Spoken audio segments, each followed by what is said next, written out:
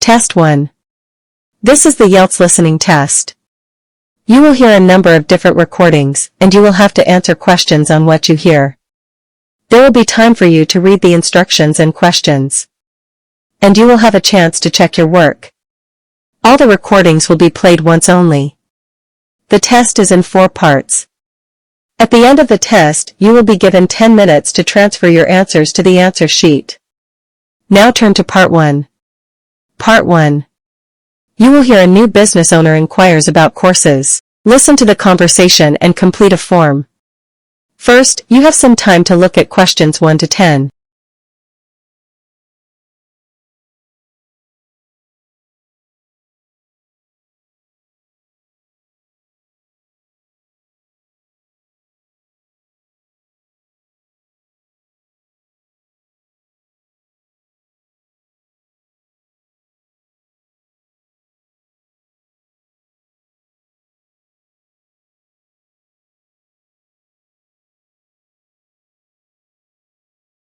Now listen carefully and answer the questions 1 to 10.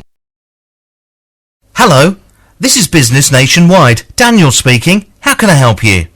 Hi there. I've recently started up a small business, and I noticed on your website that you run some courses for people who are starting up. That's right, we do. We offer 2 courses which may be of interest to you. Our first course is called Getting Started. It's a 2-hour evening course, and it runs from 6 p.m. to 8 p.m. We discuss things like, is starting a business right for me? Writing a business plan, and some of the legal issues. It runs at various locations in the area. Where are you based? I live in Eastleigh. Eastleigh. So the closest course to you would be in Hanbridge. And the next one is on the 20th of March. Uh-huh. And how much is that? That one is free. OK, well, it might be worth it. But did you say you're trading already? Yes, since about August. Well, you might be better off taking our 3-day course, Business Basics. It's not free, I'm afraid. It's subsidised and costs £80 for the 3 days, unless you've been unemployed in the past 6 months, in which case it's just £20. No, that doesn't apply to me. Well, it's well worth the money. The 3 days cover the essential aspects of running a business.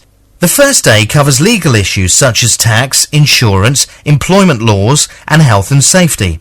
The second day covers marketing and pricing, and the third covers accounting and bookkeeping.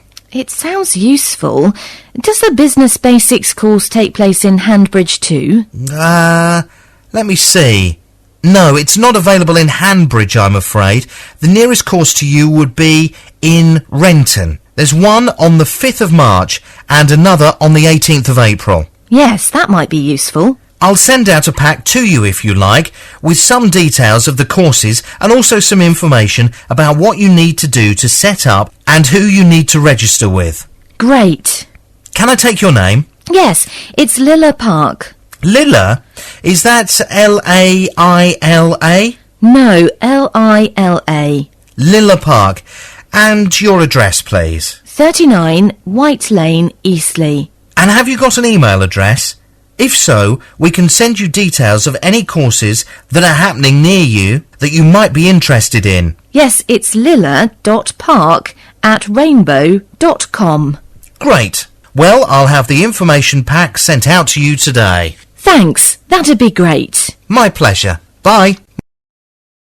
That is the end of Part 1. You now have half a minute to check your answers.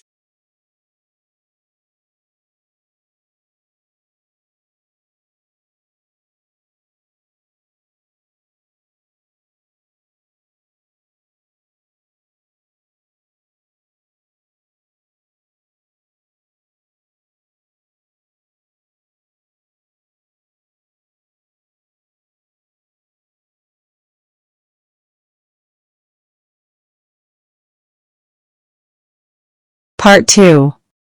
You will hear a telephone conversation between Susan and a travel agency. You have some time to read the questions 11 to 20 carefully before you listen to the audio.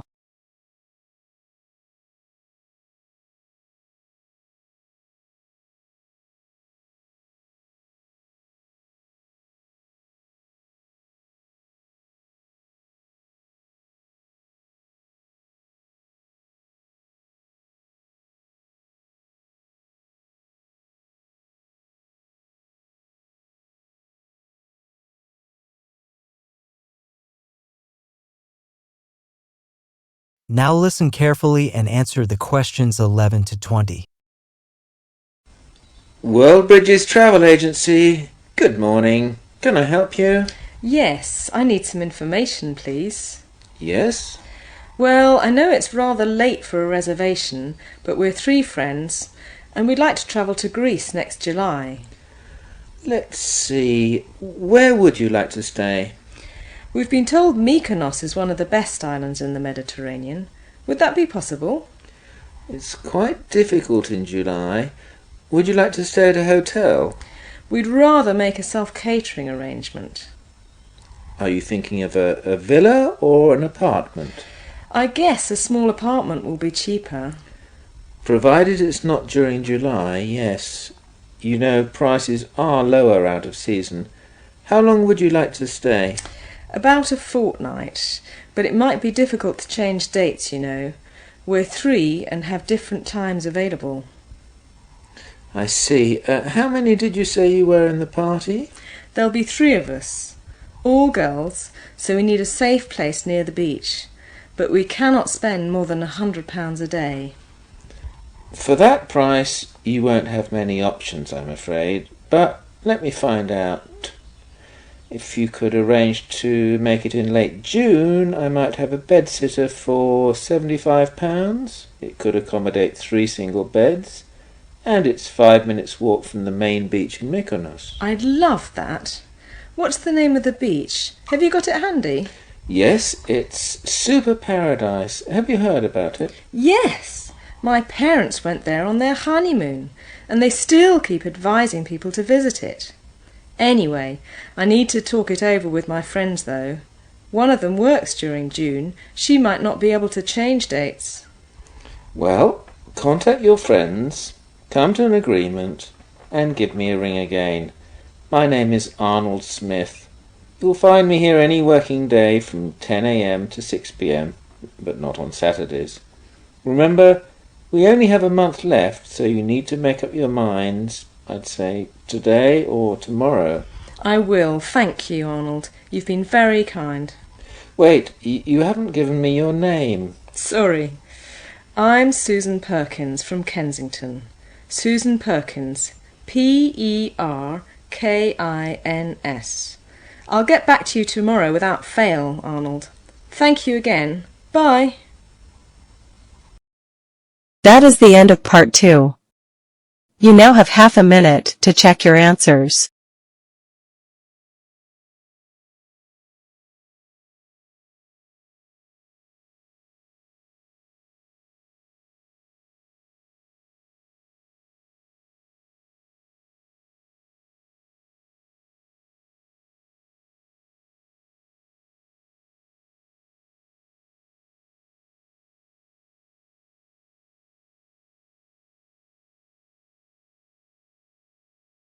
Part 3. You will hear a student talking to a college representative about foundation courses. You have some time to read the questions 21 to 30 carefully before you listen to the audio.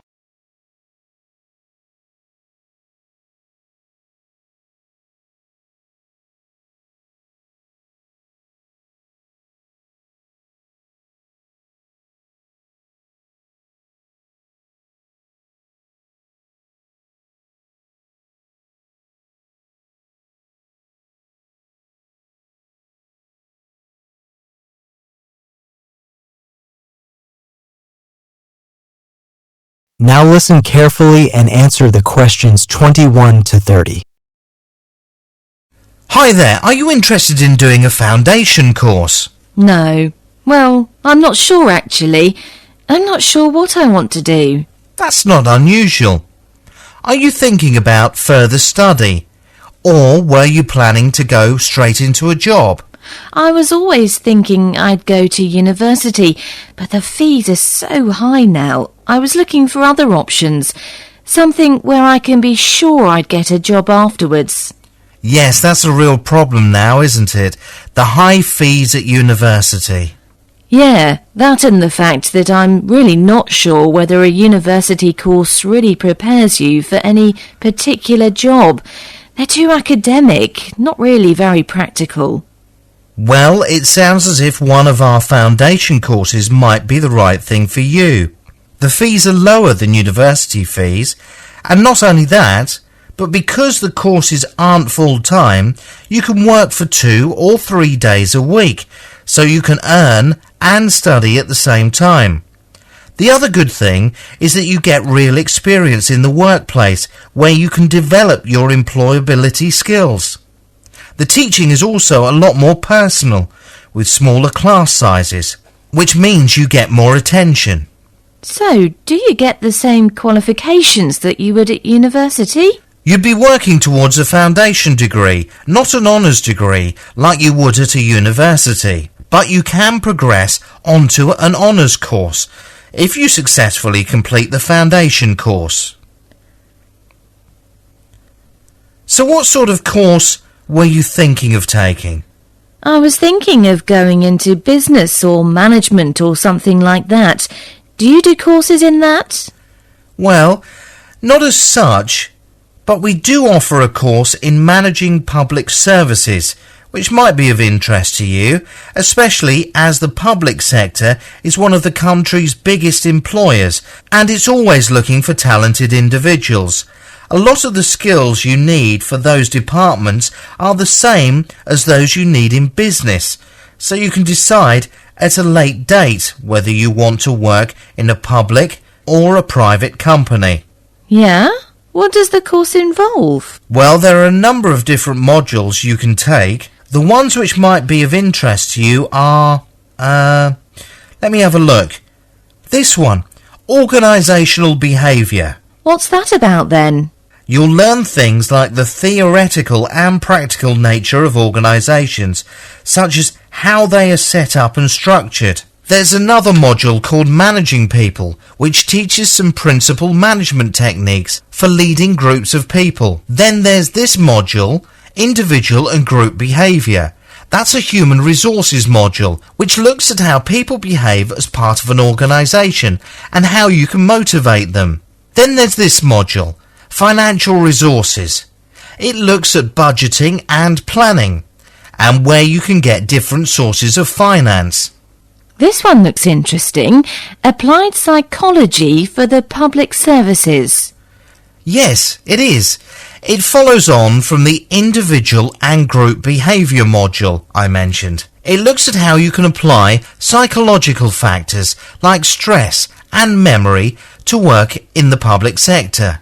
It looks like a really practical course. It is. I don't think you'll be disappointed. So what do I need to be able to get onto a course? You'll need GCSEs in maths and English at grade C or higher. Uh-huh. Well, I got a B in maths and an A in English, so that's okay. And are you doing A-levels? Yeah. Well, you need to get at least 60 points, and that must include one complete A-level. Okay. Well, that doesn't sound like too much of a problem. Can I take one of these information packs? Sure, go ahead. That is the end of part 3. You now have half a minute to check your answers.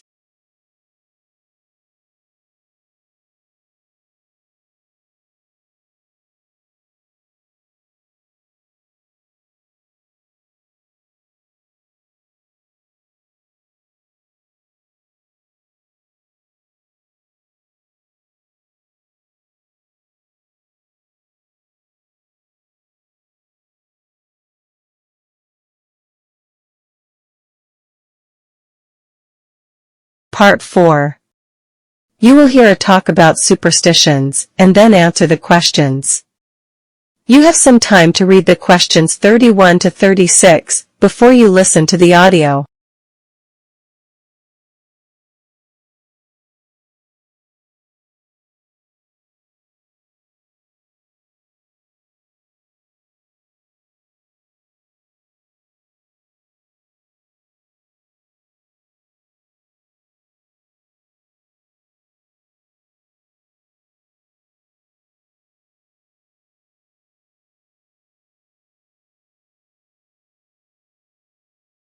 Do you think that some people are naturally more lucky than others? Do you believe that you are significantly more or less lucky than other people? These are questions that have interested humans for centuries, and certainly the large number of superstitions, lucky charms and talismans which have prevailed through history and civilizations across the world would suggest that humans have an almost innate belief in the power of luck. The superstitions we have today have long histories. The number 13 is considered unlucky because that was the number of people at the table at Jesus Christ's Last Supper. Touching wood comes from pagan rituals of imbibing the powers of tree gods. Many people do not walk under ladders. This superstition does not come from the notion that a bucket of paint may drop on your head as you pass underneath. Rather, the shape of the ladder against the wall forms the shape of a triangle, which was thought to represent the symbol of the Holy Trinity, and passing through it would break these powerful bounds and bring ill fortune. But do these superstitions really have an effect? Many researchers have pondered this, and all have found that superstitions have no effect on people's fortunes.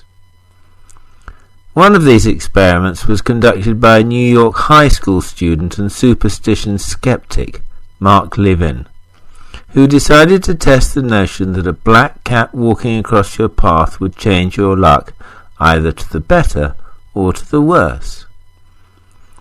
To find out, he asked two people to play a simple coin-tossing game. Then, a black cat was encouraged to walk across their path, and the participants played the game once more, and the results were analysed. As a control, the experiment was repeated using a white cat to test whether the fortunes of the players was any different using a black or a white cat. Unsurprisingly, neither the white nor the black cat affected the results of the coin-tossing game. Other experiments involving broken mirrors and walking under ladders have shown similar results. Before you hear rest of the talk, you have some time to read the questions 37 to 40.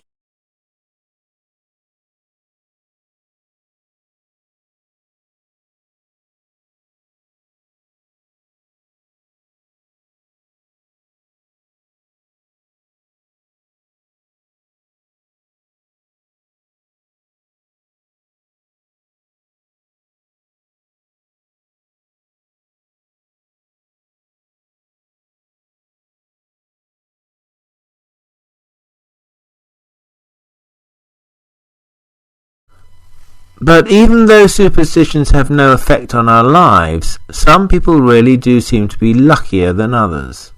Take Barnett Heltzberg Jr., for example. This man had built up a successful chain of jewellery stores, but was ready to sell up his business and retire. One day, he was walking in the street and he heard a woman call, "Hello, Mr. Buffett." Heltzberg wondered whether the Mr. Buffett in question could be the famous investor Warren Buffett. If it was, then he may well be interested in buying his company. Heltzberg decided to take the chance and approach the man. The meeting proved to be fortuitous, as about a year later Buffett bought Heltzberg's stores, and all because he happened to overhear a woman calling his name. Professor Richard Wiseman decided to test what it was that made some people seemingly luckier than others. He invited people who considered themselves either lucky or unlucky to participate in a number of experiments. Over the years of his study, he asked his volunteers to complete diaries, take part in interviews and intelligence tests.